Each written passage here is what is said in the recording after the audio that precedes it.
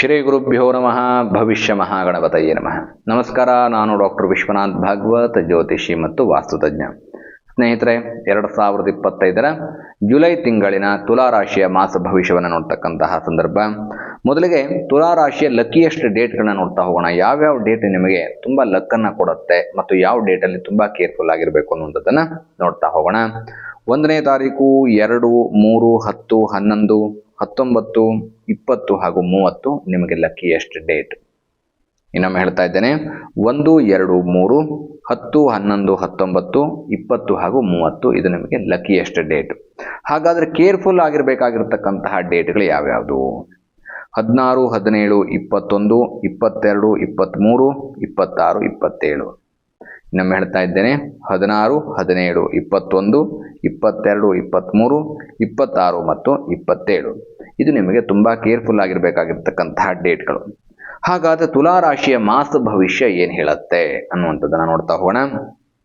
ನೋಡಿ, ಚಿತ್ತಾ, ಸ್ವಾತಿ, ವಿಶಾಖ ನಕ್ಷತ್ರಕ್ಕೆ ತುಲಾರಾಶಿ ಬರುತ್ತೆ. ತುಲಾರಾಶಿ ಅಧಿಪತಿ ಆಗಿರ್ತಕ್ಕಂಥವನು ಶುಕ್ರ. ತುಲಾರಾಶಿಗೆ ರಾಹು ಪಂಚಮದಲ್ಲಿ, 5ನೇ ಮನೆಯಲ್ಲಿ ರಾಹು.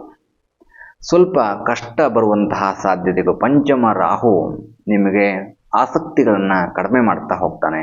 ಲೇಜಿನೆಸ್ ಜಾಸ್ತಿ ಆಗ್ತಾ ಹೋಗುತ್ತೆ. ವಿದ್ಯಾರ್ಥಿಗಳಿಗೆ ಓದೋದಕ್ಕೆ ಆಸಕ್ತಿಗಳಿರೋದಿಲ್ಲ. ಉದ್ಯೋಗ ಮಾಡ್ತಕ್ಕಂಥವ್ರಿಗೆ ಕೆಲಸದಲ್ಲಿ ಆಸಕ್ತಿಗಳಿರೋದಿಲ್ಲ. ವ್ಯವಹಾರ ಮಾಡ್ತಕ್ಕಂಥವ್ರಿಗೆ ವ್ಯಾಪಾರದಲ್ಲಿ ಆಸಕ್ತಿಗಳಿರೋದಿಲ್ಲ. ಹೀಗೆ ಆಸಕ್ತಿಗಳನ್ನು ಕಳೆದುಕೊಂಡು ನಿರಾಸಕ್ತಿದಾಯಕವಾಗಿರ್ತೀರಿ, ನಿರಾಸಕ್ತಿಯಿಂದ ಇರ್ತೀರಿ. ಹಾಗಾಗಿ ಚೈತನ್ಯಕ್ಕೋಸ್ಕರವಾಗಿ ಏನು ಮಾಡ್ಕೋಬೇಕು? ಸುಬ್ರಹ್ಮಣ್ಯನ ಆರಾಧನೆಯನ್ನು ಮಾಡಿಕೊಳ್ತಾ ಹೋಗಬೇಕು. ತುಂಬ ಅತ್ಯವಶ್ಯಕ. ರಾಹುವಿನ ಆರಾಧನೆ, ಸುಬ್ರಹ್ಮಣ್ಯನ ಆರಾಧನೆ ನಿಮಗೆ ತುಲಾರಾಶಿಯವರಿಗೆ ಒಳ್ಳೆಯ ಚೈತನ್ಯದಾಯಕವಾಗಿರತಕ್ಕಂತಹ ಉತ್ತಮವಾದಂತಹ ಜೀವನವನ್ನು ಕೊಡ್ತಾ ಹೋಗುತ್ತೆ. ಇನ್ನು ಶನಿ ಪರಮಾತ್ಮನ ಪೊಸಿಷನ್ನು 4ನೇ ಮನೆ ಮತ್ತು 5ನೇ ಮನೆ, ಚತುರ್ಥಾಧಿಪತಿ, ಸುಖಾಧಿಪತಿ ಮತ್ತು ಪಂಚಮಾಧಿಪತಿ ಆಗಿರತಕ್ಕಂತಹ, ಅಂದರೆ ತುಲಾ, ವೃಶ್ಚಿಕ, ಧನು, ಮಕರ, ಕುಂಭ 4 ಮತ್ತು 5ನೇ ಮನೆ ಅಧಿಪತಿ ಆಗಿರತಕ್ಕಂತಹ ಶನಿ, ಮಕರ ಮತ್ತು ಕುಂಭರಾಶಿ ಅಧಿಪತಿ ಆಗಿರತಕ್ಕಂತಹ ಶನಿ 6ನೇ ಮನೆಯಲ್ಲಿರ್ತಾರೆ. ಹಾಗಾಗಿ ನೋಡಿ, ನಿಮಗೆ ತುಲಾರಾಶಿಗೆ ಪಂಚಮ ಶನಿ ಕಾಟ ಅನ್ನುವಂಥದ್ದು ಮುಗಿದಿದೆ. 6ನೇ ಮನೆ ಗೋಚಾರದಲ್ಲಿ ಅತ್ಯಂತ ಹೆಚ್ಚು ಶುಭ ಫಲವನ್ನು ನೀಡತಕ್ಕಂಥದ್ದು. ಹಾಗಾಗಿ ಧನ ಲಾಭ ತುಲಾರಾಶಿಯವರಿಗೆ ಶನಿ ಪರಮಾತ್ಮನಿಂದ ಉಂಟಾಗುತ್ತೆ. ಆರ್ಥಿಕವಾದಂತಹ ಅಭಿವೃದ್ಧಿ, ಯಾಕೆಂದರೆ ಅವನು ಕರ್ಮಕಾರಕ. ಮಾಡುವಂತಹ ಕೆಲಸದಲ್ಲಿ ಪ್ರಮೋಷನ್ ಇರ್ಬೋದು, ಇನ್ಕ್ರಿಮೆಂಟ್ ಇರ್ಬೋದು, ಮತ್ತು ನಿಮಗೆ ಮಾಡುವಂತಹ ಯಾವುದೇ ವ್ಯಾಪಾರ ವ್ಯವಹಾರದಲ್ಲಿ ಧನ ಲಾಭ ಅನ್ನುವಂಥದ್ದನ್ನು ಕೊಡ್ತಾ ಹೋಗ್ತಾನೆ. ಸಕ್ಸಸ್ಫುಲ್ ಲೈಫು ಶನಿ ಪರಮಾತ್ಮನಿಂದ ತುಲಾರಾಶಿಯವರಿಗೆ ಸಿಗತ್ತೆ. ಬಿಕಾಸ್ ತುಲಾರಾಶಿ ಅಧಿಪತಿ ಶನಿ ಪರಮಾತ್ಮನಿಗೆ ಮಿತ್ರ. ಸೊ ಹಾಗಾಗಿ ಶುಕ್ರ ಶನಿಯ ಕಾಂಬಿನೇಷನ್ ಎಕ್ಸ್ಟ್ರೀಮ್ ಗುಡ್ ವರ್ಕ್ ಆಗುತ್ತೆ. ನಿಮಗೆ ಒಂದು ಉತ್ತಮವಾದಂತಹ ಆರ್ಥಿಕ ಲಾಭ ಇರುವಂತಹ ಜೀವನ ಈ ತಿಂಗಳು, ಜುಲೈ ತಿಂಗಳಿನಲ್ಲಿ ಪ್ರಾಪ್ತವಾಗುತ್ತೆ. ಇನ್ನು ನಿಮ್ಮದೇ ರಾಶ್ಯಾಧಿಪತಿ ಆಗಿರ್ತಕ್ಕಂಥವನು ಮತ್ತು ಅಷ್ಟಮಾಧಿಪತಿ ಶುಕ್ರ 8ನೇ ಮನೆಯಲ್ಲಿದ್ದಾನೆ. ಹಾಗಾಗಿ ಯೋಚನೆ ಮಾಡುವಂಥದ್ದು ಬೇಡ. ಬಾಧಕಾಧಿಪತಿ ಸ್ವಸ್ಥಾನದಲ್ಲಿ, ಸ್ವಕ್ಷೇತ್ರದಲ್ಲಿದ್ದಾನೆ. ಹಾಗಾಗಿ ಯೋಚನೆಯನ್ನು ಮಾಡೋದು ಬೇಡ. ಒಳ್ಳೊಳ್ಳೆ ಶುಭ ವಾರ್ತೆಯನ್ನು ಕೇಳ್ತೀರಿ. ಒಂದು ಉದಾಹರಣೆಗೆ, ಮಕ್ಕಳು ಒಳ್ಳೆಯ ಸಾಧನೆಯನ್ನು ಮಾಡಿದ್ದೇನೆ ಅನ್ನುವಂಥದ್ದು, ಅಥವಾ ಉದ್ಯೋಗ ಸಿಕ್ಕಿದೆ ಅನ್ನುವಂಥದ್ದು, ಪ್ರಮೋಷನ್ ಆಯಿತು ಅನ್ನುವಂಥದ್ದು, ಇನ್ಕ್ರಿಮೆಂಟ್ ಆಯಿತು ಅನ್ನುವಂಥದ್ದು, ಅಥವಾ ನಿಮ್ಮ ಯಾವುದೋ ಒಂದು ಹೆಲ್ಡಪ್ ಆಗಿರ್ತಕ್ಕಂತಹ ವಿಚಾರಗಳು ನಿಮಗೆ ಶುಭ ವಾರ್ತೆಯನ್ನು ತಂದು ಕೊಡ್ತಕ್ಕಂಥದ್ದು. ಅಂದರೆ ಆ ಹೆಲ್ಡಪ್ ಮುಗಿದಿದೆ, ಮುಂದೆ ಉತ್ತಮವಾದಂತಹ ಜೀವನ ಸಿಗತ್ತೆ ಅನ್ನುವಂಥದ್ದು ನಿಮ್ಮ ಗಮನಕ್ಕೆ ಬರುತ್ತೆ. ಉತ್ತಮವಾದಂತಹ ಶುಭ ವಾರ್ತೆಯನ್ನು ಕೇಳುವಂತಹ ಯೋಗ 8ನೇ ಮನೆಯಲ್ಲಿರ್ತಕ್ಕಂತಹ ಶುಕ್ರ ತುಲಾರಾಶಿಯವರಿಗೆ ತಂದು ಕೊಡ್ತಾನೆ. ಇನ್ನು ಏಕಾದಶ ಸ್ಥಾನಾಧಿಪತಿ ಅಂದರೆ ಲಾಭಾಧಿಪತಿ ಆಗಿರ್ತಕ್ಕಂತಹ ರವಿ 9ನೇ ಮನೆಯಲ್ಲಿದ್ದಾನೆ. ಭಾಗ್ಯಸ್ಥಾನ ಅಂತ ಹೇಳುತ್ತೆ 9ನೇ ಮನೆಯನ್ನು. ಬಟ್ ರವಿ 9ನೇ ಮನೆಯಲ್ಲಿದ್ದಾಗ ಏನು ಫಲವನ್ನು ಕೊಡಬಹುದು? ಸ್ವಲ್ಪ ಭಯದ ವಾತಾವರಣ ಇರುತ್ತೆ. ಎಲ್ಲವೂ ನೀವು ಅಂದುಕೊಂಡಂಗೆ ಆಗ್ತಾ ಇದ್ದರೂ ಕೂಡ ಏನೋ ಒಂದು ದುಗುಡ ದುಮ್ಮಾನ, ಆ ಕ್ಷಣಕ್ಕೆ ಆಗೋಲ್ವೇನೋ, ನನಗೆ ನಾನು ಇದರಲ್ಲಿ ಸೋತ್ಬಿಡ್ತೀನೇನೋ ಅನ್ನುವಂತಹ ಒಂದು ಹಿಂದೇಟು ಹಾಕುವಂತಹ ಮನೋಭಾವನೆ ತುಲಾರಾಶಿಯವರಿಗೆ 9ನೇ ಮನೆಯ ಸೂರ್ಯನಿಂದಾಗಿ ಬರುತ್ತೆ, ರವಿಯಿಂದಾಗಿ ಬರುತ್ತೆ. ಅವನು ಲಾಭಾಧಿಪತಿ ಆಗಿದ್ದರೂ ಭಾಗ್ಯದಲ್ಲಿದ್ದಂತಹ ಸಂದರ್ಭದಲ್ಲಿ ಸ್ವಲ್ಪ ಭಯದ ವಾತಾವರಣ ನಿಮ್ಮನ್ನು ಕಾಡುತ್ತೆ. ಹಾಗಾದರೆ ಏನು ಮಾಡ್ಕೋಬೇಕು? ಆದಿತ್ಯ ಹೃದಯ ಮಂತ್ರಗಳನ್ನು ಓದಿಕೊಳ್ಳಬೇಕು. ಆದಿತ್ಯ ಹೃದಯ ಮಂತ್ರ ನಿಮಗೆ ವಿಶೇಷವಾದಂತಹ ಯಶಸ್ಸನ್ನು ಕೊಡುವಂತಹ ಒಂದು ಸ್ಥಾನ. ಅದೇ ರೀತಿಯಾಗಿ ನೋಡಿ, ಅಲ್ಲೇ ಇರ್ತಾನ ಸೂರ್ಯ ಅಂತ ಕೇಳಿದ್ರೆ ಇಲ್ಲ, 9ನೇ ಮನೆಯಿಂದ 10ನೇ ಮನೆಗೆ ಹೋಗ್ತಾನೆ. ಅಲ್ಲಿ ಬುಧಾದಿತ್ಯ ಯೋಗವಾಗತ್ತೆ. ತುಂಬ ಉತ್ತಮವಾದಂತಹ ಪೊಸಿಷನ್ ಬುಧಾದಿತ್ಯ ಯೋಗ. ಆಗ ಧನ ಲಾಭವನ್ನು ಕೊಡ್ತಾನೆ. ಯಾವಾಗ ಹೋಗ್ತಾನೆ? ಜುಲೈ 16ನೇ ತಾರೀಕು ತನ್ನ ಸ್ಥಾನವನ್ನು ಬದಲಾವಣೆ ಮಾಡಿದಂತಹ ಸಂದರ್ಭದಲ್ಲಿ 10ನೇ ಮನೆಗೆ ಬಂದಂತಹ ಸಂದರ್ಭದಲ್ಲಿ ಧನ ಲಾಭವನ್ನು ಕೊಡ್ತಾನೆ. ಅತ್ಯಂತ ಹೆಚ್ಚು ಯಶಸ್ಸು, ಶುಭ ವಾರ್ತೆ, ಶುಭ ಫಲ ಅನ್ನುವಂಥದ್ದು ಸಿಗುತ್ತೆ. ಸೊ ತುಲಾರಾಶಿಯವರಿಗೆ ಬುಧಾದಿತ್ಯ ಯೋಗ ಅನ್ನುವಂಥದ್ದು ಎಕ್ಸ್ಟ್ರೀಮ್ ಗುಡ್ ವರ್ಕ್ ಆಗುತ್ತೆ. ಹಾಗಾದರೆ ತುಲಾರಾಶಿಯವರಿಗೆ ಜುಲೈ ತಿಂಗಳು ಹೇಗಿದೆ ಅಂತ ಕೇಳಿದ್ರೆ 100ಕ್ಕೆ 99% ಚೆನ್ನಾಗಿದೆ ಅಂತಲೇ ಅಂದುಕೊಳ್ಳಬೇಕಾಗತ್ತೆ. ಇನ್ನು ತೃತೀಯಾಧಿಪತಿ ಮತ್ತು ಷಷ್ಠಮಾಧಿಪತಿ ಆಗಿರ್ತಕ್ಕಂತಹ ಗುರು 9ನೇ ಮನೆಯಲ್ಲಿದ್ದಾನೆ, ಭಾಗ್ಯದಲ್ಲಿದ್ದಾನೆ, ಸಂಪತ್ತನ್ನು ಕೊಡ್ತಾನೆ, ಯಶಸ್ಸನ್ನು ಕೊಡ್ತಾನೆ, ಜಯವನ್ನು ಕೊಡ್ತಾನೆ ಅನ್ನುವಂಥದ್ದು ಶತಸಿದ್ಧ. ಸಂಪತ್ತು ಒಂದೇ ಬರುತ್ತೆ, ಹೂಡಿಕೆ ಮಾಡಿ ಇನ್ಕ್ರಿಮೆಂಟು ಆಗತ್ತೆ ಅನ್ನುವಂಥದ್ದು ಉದ್ಯೋಗ ವ್ಯಾಪಾರದಲ್ಲಾದರೆ, ಉದ್ಯೋಗದಲ್ಲಿ ಇನ್ಕ್ರಿಮೆಂಟು, ವ್ಯಾಪಾರದಲ್ಲಿ ಧನಲಾಭವಾದರೆ, ಹೂಡಿಕೆ ಎನ್ನುವಂಥದ್ದು ಶೇರ್ ಮಾರ್ಕೆಟ್ಗಳಲ್ಲಿ ನಿಮಗೆ ಲಾಭವಾಗುತ್ತೆ. ನಿಸ್ಸಂದೇಹವಾಗಿ ಹೂಡಿಕೆಯನ್ನು ಮಾಡಿ ಜಯವಾಗುವಂತಹ ಸಾಧ್ಯತೆಗಳಿವೆ. ಹಾಗಂತ ಹೇಳ್ಬಿಟ್ಟು ನಿಮ್ಮ ಲಿಮಿಟ್ ಮೀರಿ ಮಾಡೋಕ್ಕೆ ಹೋಗಬೇಡಿ. ದಿಸ್ ನಾಟ್ ಗ್ಯಾಮ್ಲಿಂಗ್ ಅಲ್ಲ, ಅದು ನಮ್ಮ ಜೀವನಕ್ಕೆ ಎಷ್ಟು ಬೇಕೋ ಅಥವಾ ಎಷ್ಟು ಶಕ್ತಿ ಇದೆಯೋ ಅಷ್ಟನ್ನು ಮಾತ್ರ ನಾವು ಹೂಡಿಕೆಯನ್ನು ಮಾಡಬೇಕು ಅನ್ನುವಂಥದ್ದು ತಿಳಿಸುತ್ತೆ. ಬಿಕಾಸ್ ತುಲಾರಾಶಿಯ ಆಮ್ಲಮ್ಮೆ ಹೇಳುತ್ತೆ, ತಕಡಿ ಬ್ಯಾಲೆನ್ಸಿಂಗ್ ತುಂಬ ಚೆನ್ನಾಗಿ ಗೊತ್ತಿರಬೇಕು. ಒಂದು ಕಡೆ ಜಾಸ್ತಿ ಭಾರ ಹಾಕಿದ್ರೆ ಅದನ್ನು ತಡ್ಕೊಳ್ಳೋ ಶಕ್ತಿ ಇಲ್ಲ ಅಥವಾ ಅದು ಫೇರ್ ಅಲ್ಲ ಅನ್ನುವಂಥದ್ದು ನಿಮಗೆ ಗೊತ್ತಿದ್ದಂಥ ಆ ಸಂದರ್ಭದಲ್ಲಿ ನೀವೇನು ಮಾಡ್ತೀರಿ, ಎರಡೂ ಕಡೆ ಬ್ಯಾಲೆನ್ಸ್ ಮಾಡಕ್ಕೆ ನೋಡ್ತೀರಿ. That is called ತಕಡಿ.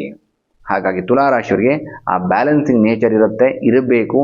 ಅದು ಈ ಒಂದು ಉತ್ತಮವಾದಂತಹ ಗುರುವಿನಿಂದ ಅದು ಪ್ರಾಪ್ತವಾಗುತ್ತೆ. 9ನೇ ಮನೆಯಲ್ಲಿ ಗುರು ಇದ್ದಾಗ, ತೃತೀಯಾಧಿಪತಿ ಮತ್ತು ಸಾಧಕಾಧಿಪತಿ ಆಗಿರ್ತಕ್ಕಂತಹ ಗುರು 9ನೇ ಮನೆಯಲ್ಲಿದ್ದಾಗ ಸಂಪತ್ತು, ಧನಲಾಭ, ಧನಯೋಗ ಅನ್ನುವಂಥದ್ದು, ಧನಪ್ರಾಪ್ತಿ ಅನ್ನುವಂಥದ್ದು ನಿಮಗೆ ಲಭ್ಯವಾಗುತ್ತೆ ಮತ್ತು ಶುಭ ಫಲವನ್ನು ನೀಡುತ್ತೆ. 9 ಮತ್ತು 12ನೇ ಮನೆ ಅಧಿಪತಿ ಆಗಿರ್ತಕ್ಕಂತಹ ಬುಧ ಕರ್ಮಸ್ಥಾನದಲ್ಲಿದ್ದಾನೆ. ಇದು ಕೂಡ ಉತ್ತಮವಾದಂತಹ ಫಲ. ಮಹಾವಿಷ್ಣು 10ನೇ ಮನೆಯಲ್ಲಿದ್ದಂತಹ ಸಂದರ್ಭದಲ್ಲಿ ಲಕ್ಷ್ಮೀ ಅನುಗ್ರಹ ಪ್ರಾಪ್ತವಾಗುತ್ತೆ. ಲಕ್ಷ್ಮೀ ಕಟಾಕ್ಷ, ಧನಲಾಭಕ್ಕೆ ಯಾವ ಕೊರತೆಯೂ ಉಂಟಾಗೋದಿಲ್ಲ. ಎಕ್ಸ್ಟ್ರೀಮ್ ಗುಡ್ ರಿಸಲ್ಟನ್ನು ತುಲಾರಾಶಿಯವರು 10ನೇ ಮನೆಯಲ್ಲಿರ್ತಕ್ಕಂತಹ ಬುಧನಿಂದ ಪ್ರಾಪ್ತ ಮಾಡಿಕೊಳ್ತೀರಿ. ಆಗಲೇ ಹೇಳಿದೆ ನಾನು, ಬುಧಾದಿತ್ಯ ಯೋಗ ಉಂಟಾಗತ್ತೆ. ಬಿಕಾಸ್ ರವಿ ಮತ್ತು ಬುಧನ ಕಾಂಬಿನೇಷನ್ನು ಜುಲೈ 16ನೇ ತಾರೀಕು ನಂತರದಲ್ಲಿ ಒಂದು ದ್ವಿತೀಯಾರ್ಧದಲ್ಲಿ ಅನದರ್ 15 ಡೇಸ್ ನಿಮಗೆ ಎಕ್ಸ್ಟ್ರೀಮ್ ಗುಡ್ ರಿಸಲ್ಟನ್ನು ಕೊಡುತ್ತೆ ಮತ್ತು ಗ್ರೋತ್ ಆಗುತ್ತೆ. ಧನಲಾಭ, ಆರ್ಥಿಕ ಅಭಿವೃದ್ಧಿಯನ್ನು ಕಾಣ್ತೀರಿ. ಹಣ ಒಂದು ಬಂತು ಅಂದರೆ ನಿಮ್ಮನ್ನು ಯಾರೂ ತಡೆಯೋಕ್ಕಾಗಲ್ಲ. ಬಿಕಾಸ್ ನಿಮಗೆ ಹೇಗೆ ನಿಮ್ಮ ಸಮಸ್ಯೆಯನ್ನು ಪರಿಹಾರ ಮಾಡ್ಕೋಬೇಕು ಅನ್ನೋದು ತುಂಬ ಚೆನ್ನಾಗಿ ಗೊತ್ತಿದೆ. ಆಗಲೇ ಹೇಳಿದ್ನಲ್ವ, ಬ್ಯಾಲೆನ್ಸಿಂಗ್ ಅಂತ ಆ ನೇಚರ್ ನಿಮ್ಮಲ್ಲಿ ಇರುತ್ತೆ.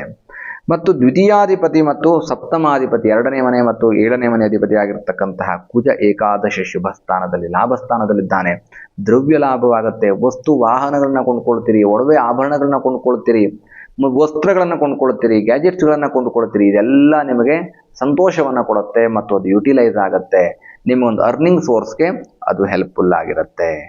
ಆ್ಯಂಡ್ ಕುಜನ ಜೊತೆ ಕೇತು ಕಾಂಬಿನೇಷನ್ ತುಂಬ ಚೆನ್ನಾಗಿದೆ. ಕುಜ ಮತ್ತು ಕೇತುಂ ಕುಲಸ್ಯ ಉನ್ನತಿಂ, ನಿಮಗೆ ಮನೆ ಅಭಿವೃದ್ಧಿಯನ್ನು ಮಾಡ್ತಕ್ಕಂಥವನು ಕೇತು ಆಗಿದ್ದಾನೆ. ಕುಜ ಭೂಮಿ ಯೋಗವನ್ನು ಕೊಡ್ತಕ್ಕಂಥವನಾಗಿದ್ದಾನೆ.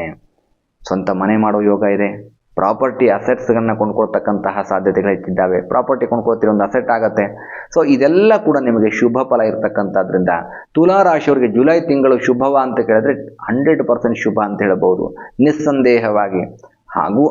ಆದಾಗ್ಯೂ ಪರಿಹಾರವನ್ನು ಮಾಡ್ಕೊಳ್ಬೇಕು ಅಂದರೆ ಸುಬ್ರಹ್ಮಣ್ಯನ ಆರಾಧನೆ ಮಾಡ್ಕೊಳ್ಳಿ, ನಾಗನ ಆರಾಧನೆ ಮಾಡ್ಕೊಳ್ಳಿ. ಇದು ನಿಮಗೆ ತುಂಬ ಅತ್ಯವಶ್ಯಕ. ನಾಗ ಮೂಲ ಮಂತ್ರಗಳನ್ನ ಹೇಳ್ಕೊಳ್ಳಿ, ಅಥವಾ ಓಂ ನಮೋ ನಾಗದೇವಾಯ ನಮಃ ಅಂತ ಹೇಳ್ಕೊಳ್ಳಿ. ನವನಾಗ ಸ್ತೋತ್ರಗಳನ್ನ ಹೇಳ್ಕೊಳ್ಳಿ. ಸರ್ಪ ಗಾಯತ್ರಿ ಮಂತ್ರವನ್ನು ಹೇಳ್ಕೊಳ್ಳಿ. ಭುಜಂಗೇಶಾಯ ವಿದ್ಮಹೇ ಸರ್ಪರಾಜಾಯ ಧೀಮಹಿ ತನ್ನೋ ನಾಗ ಪ್ರಚೋದಯಾತ್.